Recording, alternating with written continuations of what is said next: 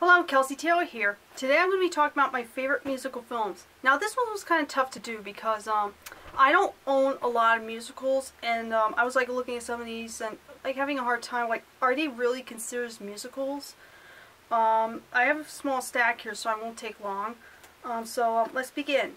Now the two animated Disney films are kind of like more musical because again, I couldn't figure it out. I have here Beauty and the Beast and The Lion King, which were later adapted into Broadway shows.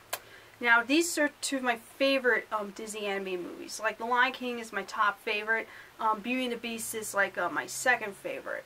And these are really great, well done animated movies. The songs are memorable. They're like, I really like these movies a lot, and I'm sure everybody has seen them by now. If you haven't, what are you waiting for? They're must-see movies.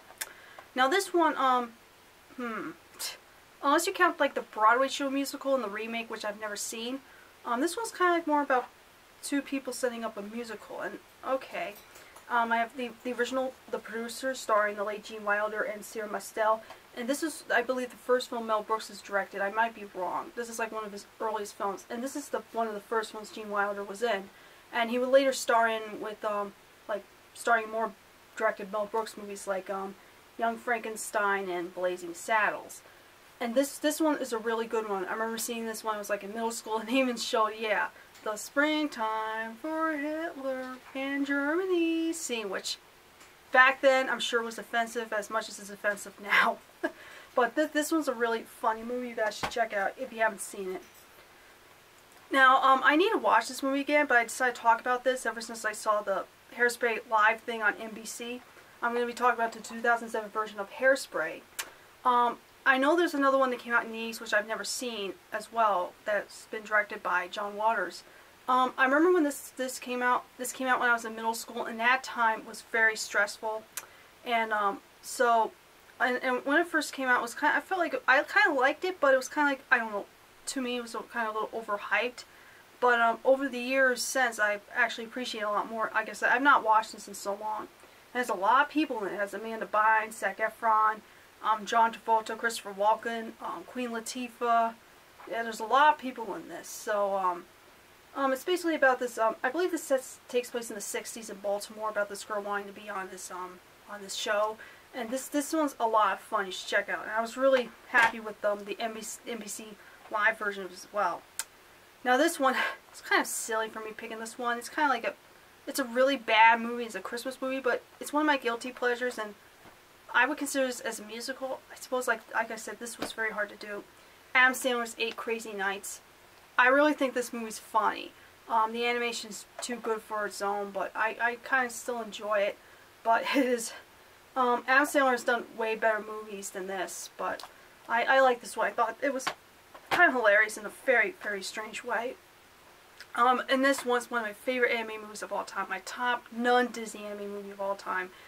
And I would consider this as a musical. And I'm a huge fan of the Beatles. It's the Beatles' Yellow Submarine. Has a lot of Beatles songs on there. The animation was very spectacular for its time. This inspired things like My Python's Flying Circus with the cartoon shorts and things like that. And this is like what I think of when I look at the 60s, what I think it kind of looked like back then. And this one you should definitely check out. It's one of those must-see movies, mainly for its animation. Next one I have, Mamma Mia, Here We Go Again. And this is, I like this song, I like this movie a lot. It has the ABBA songs, like in the Broadway version, which I actually saw the show, not on Broadway, but when they brought it here, like, locally. And it has a lot, like, some people there, like Amanda Seyfried, Meryl Streep, Pierce Brosnan, Colin Firth. This is more, like I would say, a chick flick. So if there's some guys out there that wouldn't stand this film, then fine, just don't waste your time. But if you have interest in seeing it, though, this one's, I don't think it's not that bad. Now this one I really want to talk about, and is Princess in Purple Rain.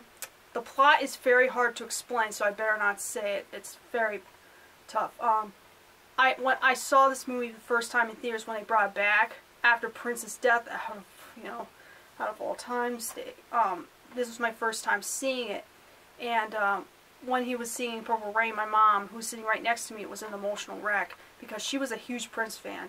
I mean, I don't think I was ever a huge Prince fan. I really did enjoy his music. It has a lot of songs. The music is what makes this movie. It has them singing Let's Go Crazy, When Doves Cry, which is my favorite Prince song, and Purple Rain as well.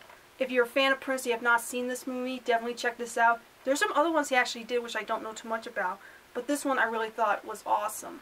God rest Prince's soul.